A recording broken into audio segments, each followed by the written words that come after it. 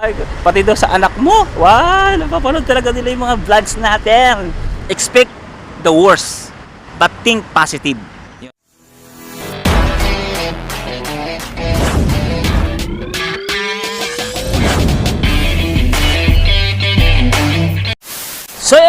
So yung paano? What's up mga pangat? At tatayin muna tayo ng kalsada. Siyempre makababangga tayo. At siyempre magandang umaga, tanghali, hapon, gabi. Kung anong oras nyo man napapanood mga pangat. And siyempre, good, blessed morning sa inyong lahat mga pangat. Today is Friday, November 24. Yan mga pangat, malapit na ang Dubai Run. Yan mga pangat, I hope maka-join tayong lahat sa gaganaping Dubai Run. Taunang fitness activity dito sa Dubai mga pangat. At siyempre masaya mga pangat. Vlog is life po. At kung anong meron ngayon, siyempre, good news. Yeah. Kung ano man yung good news na yun, samahan nyo na ako ngayon sa vlog na to mga pangat, sa content na to. At saka mamaya mga pangat, may pag-uusapan tayo, no? Ututang dila na naman tayo. Siyempre mga pangat, kung napanood nyo yung nakarang vlog natin, no? Nahuli tayo ng CIDG. At actually, warning yun sa first time, no? Kasi pagka kinuha yung Emirates ID mo, titingnan nila yun sa device nila. Ayun, pag na-check na pangalawang beses mo na yung nagawa, yun, magkakaroon ka ng fine. Pero dahil na-check nga nila, first time ko yun, syempre mga pangat, law-abiding citizen tayo eh. Pero sobray tayo ah. Actually, kinakailangan nating tuwing magbabike tayo, kailangan meron na tayong helmet and vest, safety vest, no? To make sure na pag nagkaroon ng checkpoint, o matsambahan tayo ng checkpoint, o sinisipag silang mag-checkpoint, hindi tayo magkaka-fine, no? Mahirap na mga pa. Medyo malaki-laki rin yun, siguro 400 or 600 yun. Kung di ako nagkakamali, parang ganoon. Correct me if I'm wrong, kung magkano yung fine pag nahuli ng ganyan. Yung iba nga mga pangat, kinukumpis ka pati yung scooter. Yung iba, nabalitaan ko, sa Satwa yata, kinuha yung scooter nila. Unang kahigpitan ng mga paghuhuli-huli ng mga walang helmet. Sa Abu Dhabi nga mga pangat, bawal yung may upuan eh. Kanya-kanyang rules na, no? Kanya-kanyang patakaran. So yun, anyway, I hope siyempre hindi na tayo mahuli ulit. At ito, ang good news mga pangat, mamaya malalaman nyo kung bakit hindi na tayo mahuhuli ulit. Basta mamaya mga pangat, ito, oy! Oy! So yung mga pangat, pasyalan muna natin yung loob, no? Yung mga pangat, medyo pinapaganda nila ng bagya. Ayan, no? Yung mga upuan, no? Oh, di ba? Oh, ayan, oh. Oh, di ba? Ayos, ha? Ito yung posibleng tindahan dito ng mga pagkain yan, oh, di ba? Barrio Kapampangan, di ba? Medyo short din sa loob, ha? Ayan, oh, tsaka hangover. Okay din mga pangat, maganda rin sa loob. Maraming upuan, no, kahit papaano. Pero soon magbubukas na yan, malapit na yan mga pangat. At syempre mga pangat, ito pa mga pangat. Natutuwa ako kay Jefford. Jefford, shoutout sa iyo. Halos magkapit-bahay lang daw kami dito sa may Murakabat mga pangat. Kung saan tinitirahan namin.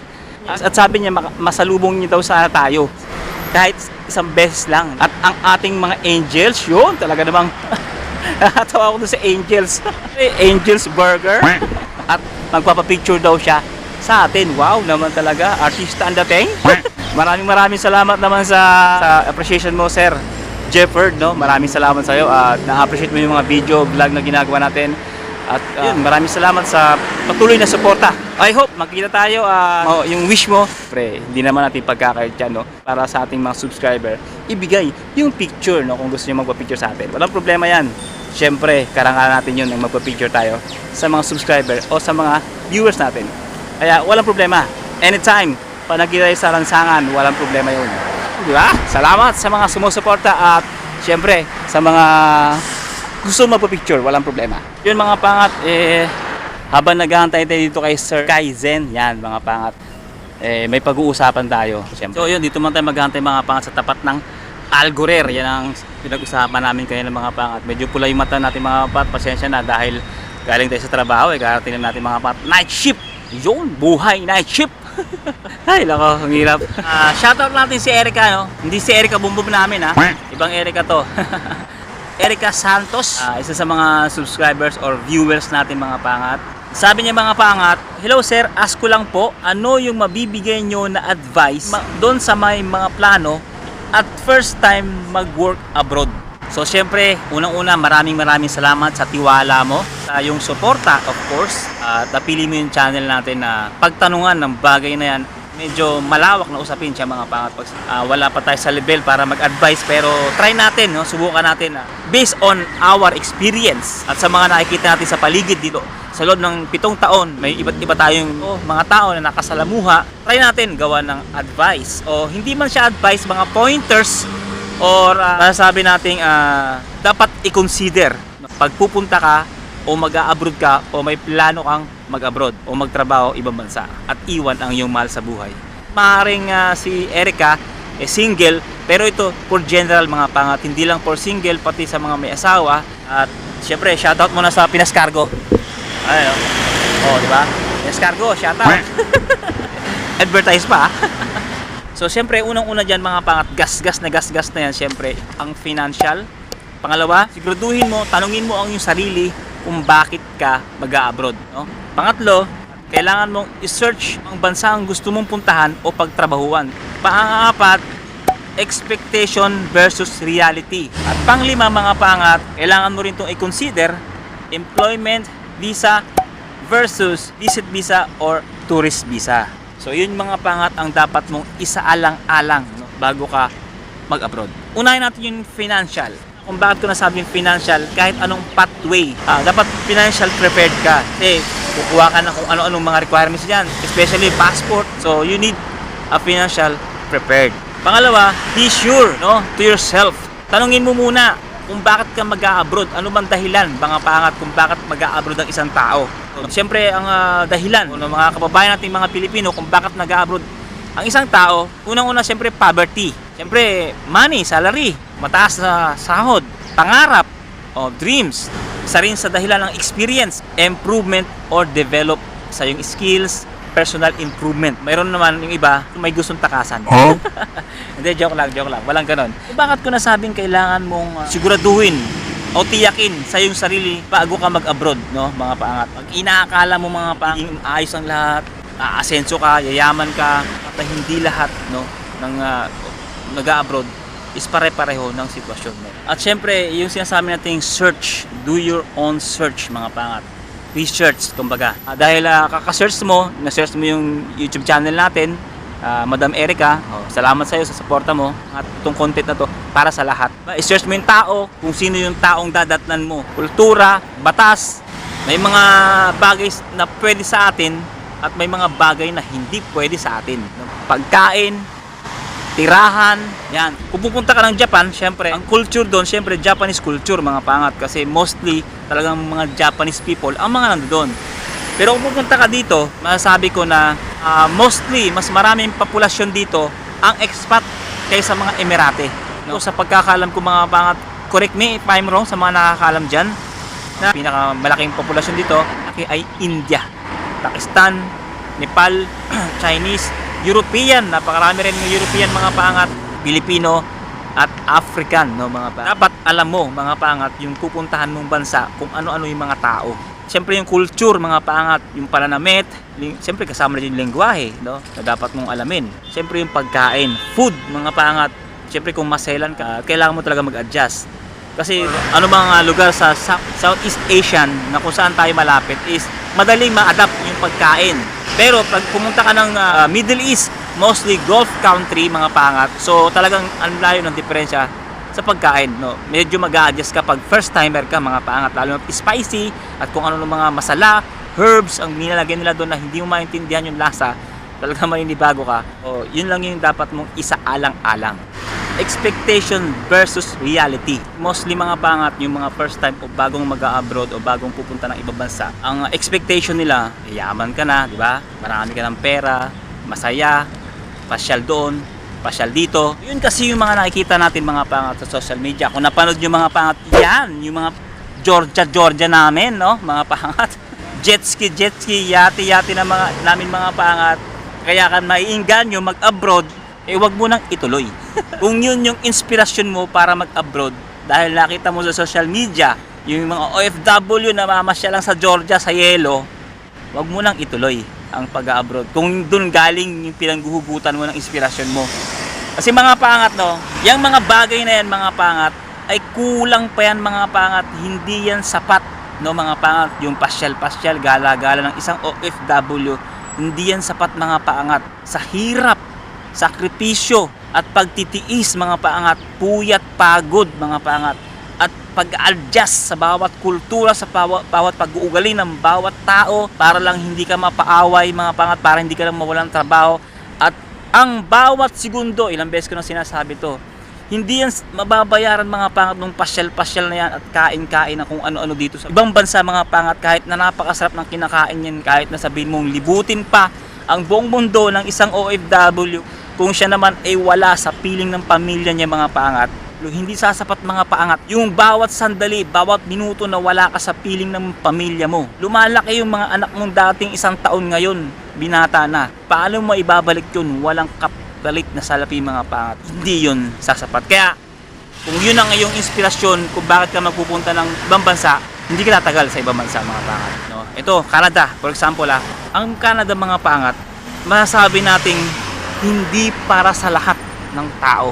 Kapag ikaw ay isang may negosyo sa Pilipinas, magandang karir mo sa Pilipinas, at ikaw ay isang boss sa Pilipinas, may makakatulong ka sa Pilipinas, hindi sa iyo ang Canada. Kapag ikaw ay isang nakikipagsapalaran sa Pilipinas, naghahanap ng oportunidad mga pangat, at nakarating ka ng Canada, para sa iyo ang Canada. Nagigits niyo mga pangat yung logic na para ba talaga ako sa bansang ito?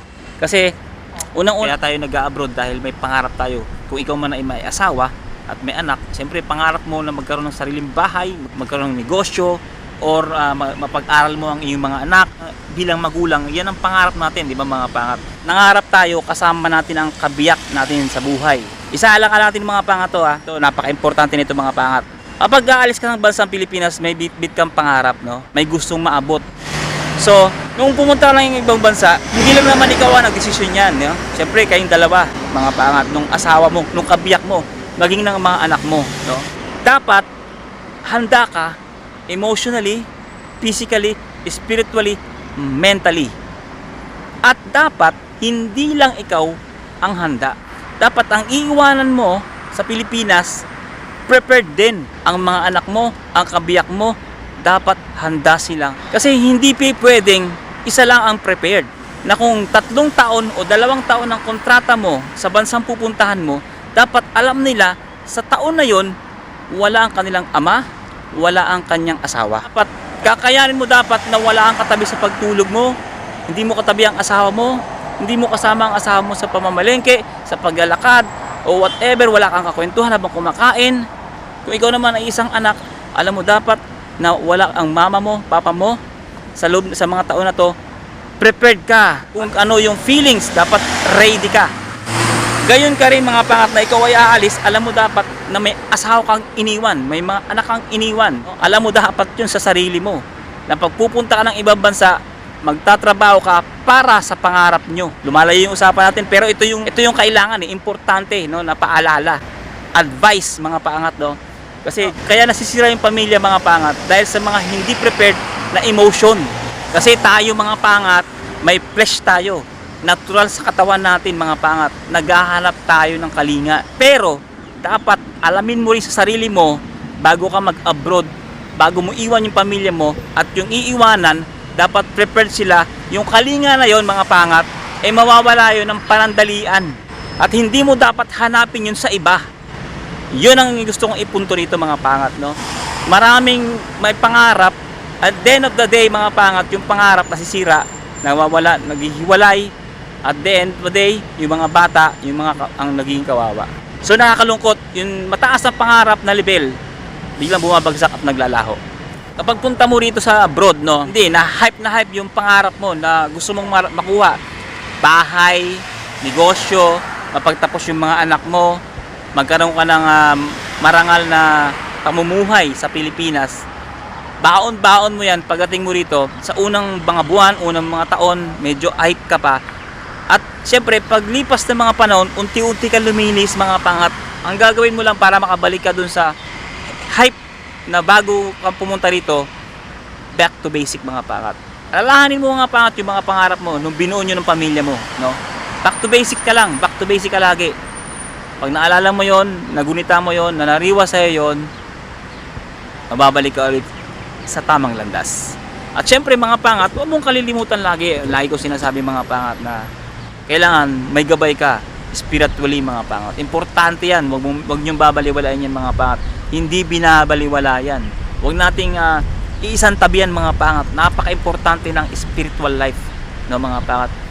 Kasi yan tao, hindi lang laman, may kaluluwa tayo mga pangat. Tandaan yun, kaya tayo gumagalaw.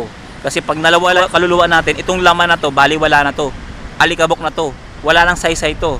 Kahit ano pa yung ganda ng balat mo, kahit ano pa yung ganda ng mata mo, kahit ano pa ang ganda ng ngipin mo, pag nawala yung kaluluwa sa loob, tapos yan. Wala yan saysay mga pangat. Kaya huwag niyong babaliwalain yung espiritu na nagpapatakbo sa laman na to. Napaka-importante niyan mga pangat. Kaya pagpunta nyo ng abroad, bago kayo pumunta, siyempre sangguni muna tayo. Dapat natin sanggunihan kundi ang may kapal, ang amang nasa langit. Pagpunta natin sa Dubai mga pangat, lagi tayong sumangguni sa kanya. Siyempre mga pangat, kasi ang flesh, no, sabi natin, naghahanap talaga ng kasalanan yan mga pangat, no. So tayo naman, gustong-gusto naman natin, no. Hindi ko naman nila lahat mga pangat, kasi siyempre may mga OFW naman talaga na stick to one. At goal, nasa goal mga pangat, no. Lagi lang nating iisipin yung goal natin, kung bakit tayo nandito, kung bakit tayo nandito, kung bakit tayo nandito. Yun lang lagi mong iisipin. Ano ba yung pinunta mo dito? Bakit ka pumunta rito? Para wasakin ang pamilya mo? Yun ba ang pinunta mo rito? Di ba hindi naman? Pumunta ka rito para sa pamilya mo. Yun ang inspirasyon mo, di ba? Kung ikaw ay single, kaya ka pumunta rito para sa sarili mo at sa magiging pamilya mo, di ba? At hindi para sirain ang buhay mo. Kaya ka nag-abroad. Siguro, pasensya na kung medyo maano yung salita ko ngayon, pero yun talaga yun eh. Yun ang gusto kong iparating, hindi kasi yung sahod eh, hindi yung pera, no? Kundi ikaw mismo, yung attitude ng mag-a-abroad, yung karakter. Dapat ang isa alang-alang mo pag mag-a-abroad ka. Mostly mga pangat, no? Yung pag pumunta ka ng abroad, pumunta ka ng ibang bansa mga pangat, ang nakatanim mo lagi natin, yung sahod, syempre, of course. Sino bang hindi? Yung sasahurin mo, yung kikitain mo mga pangat. Pero nakakalimutan mo na isa alang-alang yung no, na dapat mong paghandaan, emotion, physically, mentally, at spiritually. Nakakalimutan mo rin, nababaliwala mo rin kasi yung salapi na ang pumapasok sa utak mo yung pera, nakikitain mo. Which is, kailangan natin yun. Pero dapat, may mga factor na hindi ka dapat kalimutan bago ka mag-abroad. So yun lang mga pangat. Ang isa sa mga nais kong ipaalala o i-advise, no, sa mga bagong pupunta rito, mag-a-abroad, first time, at kahit hindi ka pa first time, para sa'yo din to. Sa expectation mga pangat, no, expect the worst, but think positive. Ano ba yung ibig ko sabihin, expect worst? Isipin mo na mahirap yung trabaho, mahirap ang schedule, pero think positive. Think positive means, paano mo masusolusyonan, paano mo ma-overcome, paano mo mapagtatagumpayan, paano mo makakonquer yung mga emotion na mahirap, yung mga worst sa trabaho, paano mo siya ma-overcome. Yun ang think positive na tinutukoy ko. Isa pa mga pangat, pag ikaw ay mag-a-abroad, ito pa yung isa alang-alang mga pangat. Una, employment visa or tourist and visit visa. Sa employment visa mga pangat, kinakailangan mo maghanap ng agency. Kinakailangan mong kumpletuhin ang yung mga requirements. Ultimo, sidula. Ganyang kalupit sa Pilipinas pag ikaw ay mag-a-abroad, di ba? Kasi procedure yan eh. Barangay clearance, NBI clearance, lahat ng clearances, kailangan meron ka. Bago ka pumunta ng agency, dapat kompleto ka na. Hindi ka pa nase-select noon. Ganon mag-apply sa Pilipinas, di ba? Hanggang sa mag-interview ka, na-select ka, medical, hanggang sa makaalis ka, makapunta ka dito. At siguradong may trabaho kang dadatnan. Yun ang employment visa na tinatawag. Ngayon, versus tourist visa or visit visa, at hindi ka naman talaga bibisita at hindi ka naman talaga magtuturist, ang purpose mo ay maghanap ng trabaho. Ang kailangan mo lang is visa, plane ticket, at makapasa sa interview ng immigration. So pag nasulusutan mo yan at nakarating ka rito, doon mag-uumpisa ang malupit na kalbaryo. Di yan kagaya ng iniisip natin na pag pumunta kayo tourist, dahil sinabing maraming bakante at madaling makapasok, madali kasi walang gaanong hinihinging requirements mga pangat. Unang-una, resume mo lang. Medical, sila na bahala. Pagpalakad ng visa, sila na bahala. Yung mga malalaking company, may mga maliit na company mga pangat dito na putyo-putyo lang ng mga company. Pag doon mo, yun ang pinasukan mo, minsan talaga, pahirapan ang visa ron mga paangat. Isa pa yun sa dapat mong maintindihan pag nag-Dubai ka. Yung mga putyo-putyo mga company na yan mga paangat, yung maliliit na company yan, minsan ikaw pa ang magbabayad ng visa mo. Ikaw pa ang babayad ng exit mo. May mga ganun mga paangat. Kaya sabi ko sa unang mga vlog natin, oo, nakakahanap dito ng trabaho, madaling makahanap ng trabaho dito. Possible yun mga paangat. May mga ganun na sitwasyon. So yun lang mga paangat, no? Siguro may papayo ko. Pero dito natin hihintayin si Sir. Kung bakit natin siya hinihintay dito, malalaman nyo yan mga paangat mamaya.